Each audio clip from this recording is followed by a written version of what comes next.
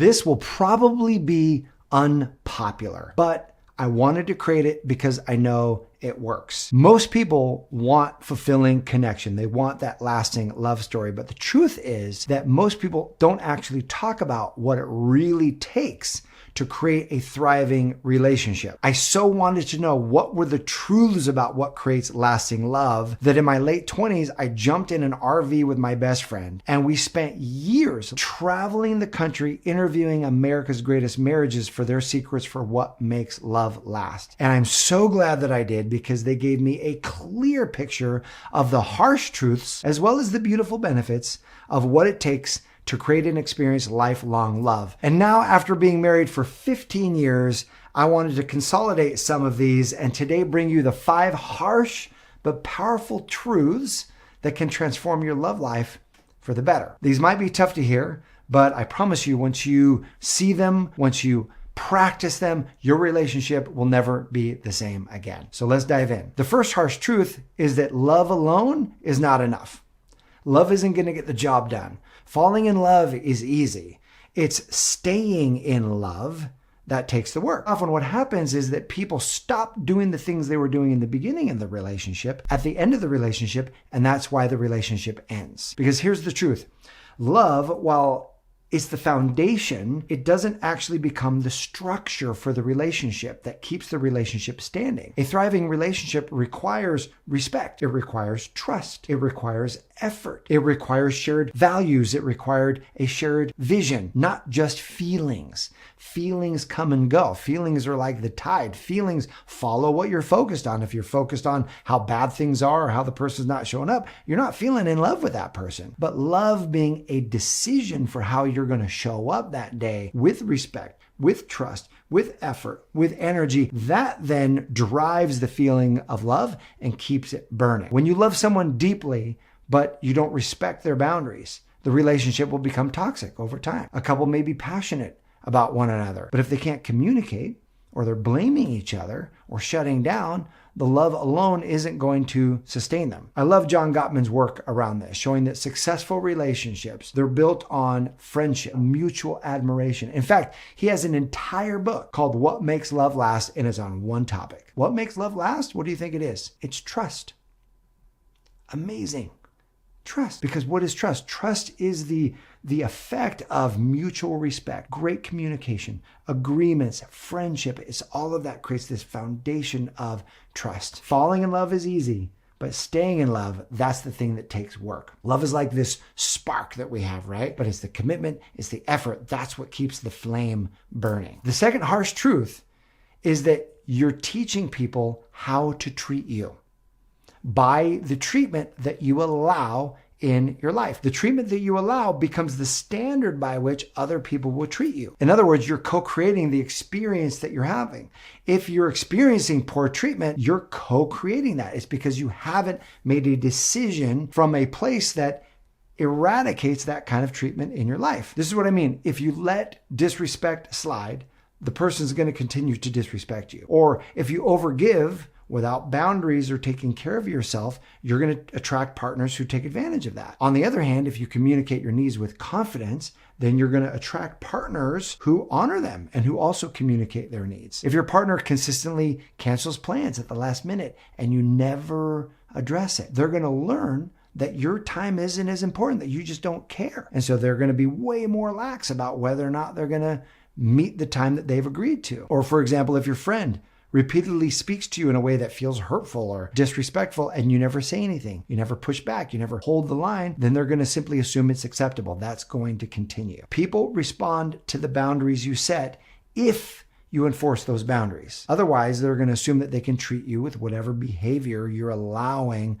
them to treat you with. And ultimately, here's the great news. You can repattern any relationship that you want by making new agreements and holding to those agreements. Research also shows that people who have great self-value, great self-esteem, they're self-assertive, and they set their boundaries and hold true to those boundaries, they attract people who are kind, who are nice, who value them, and those are healthier relationships. And this brings us to the next harsh truth, and this one is that Hollywood has sold us a lie, because nobody can complete you. Your partner will never complete you. Some outside person will never complete us. A healthy relationship is actually two whole people choosing to walk through life together. So here's what this looks like.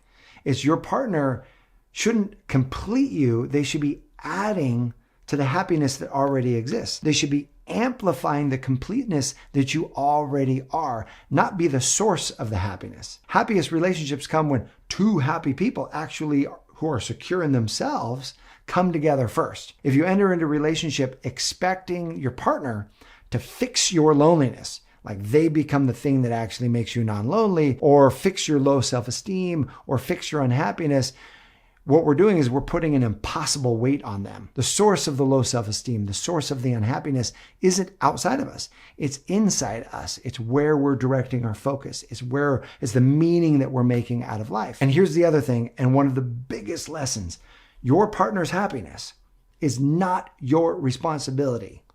Ooh, that is a big one.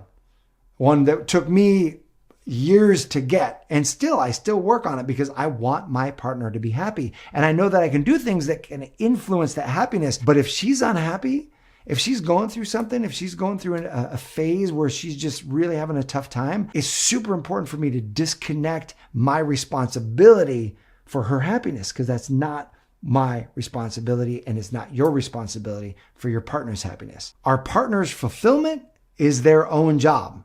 That is a self job. So if you constantly feel responsible for cheering up your partner when they feel down, know this, that leads to emotional burnout. That will tear the relationship apart. Where one person expects the other person to make them whole, this is going to result in resentment because no one can meet that expectation fully in somebody else. We know with attachment theory that people who build self-worth in themselves outside of the relationships, those are the ones that create healthy, balanced connections. On the other hand, it's codependent relationships where the people rely entirely on each other for their happiness. Those lead to resentment, emotional burnout, and eventually breakups. The fourth harsh truth is that the attraction will fade unless you keep it alive. So attraction on itself, chemistry, is going to fade unless you actually keep it alive. And we had so many couples talk about this. Love takes work. Relationships take work. When I was a kid in my 20s, I often thought it meant, well, it's going to be work to work through a fight. It's going to be work to actually get through the tough times. That's where the work is. No, what these couples were talking about is the work is on the front end to keep it alive, to keep the love interesting, to keep the chemistry. The work is prioritizing play together, prioritizing laughter, prioritizing shared experiences, prioritizing new date nights, doing the research to come up with new stuff. It's easy to go on a rote routine date with somebody new and have it feel exciting because they're new. But when you're with somebody for decades or years, how do you keep it fresh? You keep it fresh because you are actually creating a new experience. The work is in you being new, you growing, you reading, taking a class, growing yourself so that you actually have something new and interesting to talk about in the relationships. For example, if couples, all they do is become like business partners in life, all they're doing is they're talking logistics. They're talking about the kids, the bills, work. That kills the spark. Instead, couples who intentionally, they plan dates, they make it fun, they do weeknight walks together, weekend getaways where they're, hey, let's go stay in this hotel together, or let's go see this concert, let's go check out this new venue. Those are the ones that keep it more alive. Or flirting, calling each other out on how sexy each other are, and doing whatever you like to do to flirt that feels good to each other, letting each other know how attracted you are to one another, revving each other up. All of that is work on the front end. It takes being intentional and not just getting into the routine rhythm of life. And the cool part is that the chemistry and the love doesn't fade if you keep nurturing it, if you keep it alive, if you keep that closeness and that connection. I still feel the sparks when I kiss my wife. It feels so good. Like the first time we kissed, I still feel it, but I wouldn't be feeling it if we were disconnected. I wouldn't be feeling it if our relationship was full of resentment. I'm feeling it because we keep the connection and the spark alive through new, beautiful experiences. Now let's talk about harsh truth number 5. And this one is, if you do not heal your past, you will repeat it. Your next relationship will not heal the pain from the last one. That's an inside job. Only you can do that. What this means is that the unhealed wounds that we have, they're going to lead to repeating toxic patterns in new relationships unless we heal it. So if we don't do the work on ourselves, if we don't heal the betrayal and learn to trust again, if we don't learn the communication patterns that created the downward draw of the relationship and create new healthy patterns, then we're going to attract partners who trigger these same wounds.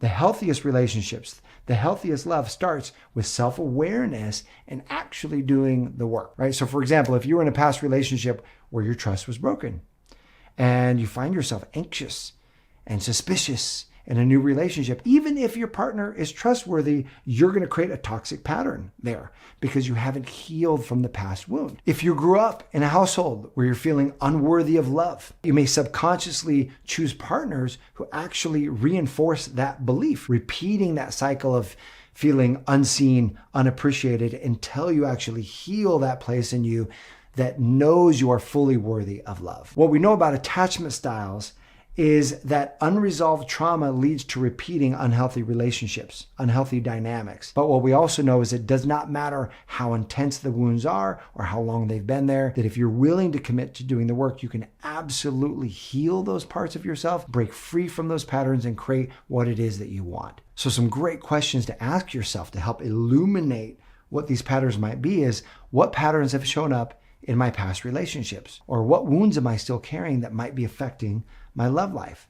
How can I heal this so that I don't repeat the past? Healing isn't about waiting for the right partner. It's about becoming the right partner and then attracting the relationship you want. So as we look at these 5 harsh truths, that love is not enough, it takes effort, it takes respect, it takes shared values.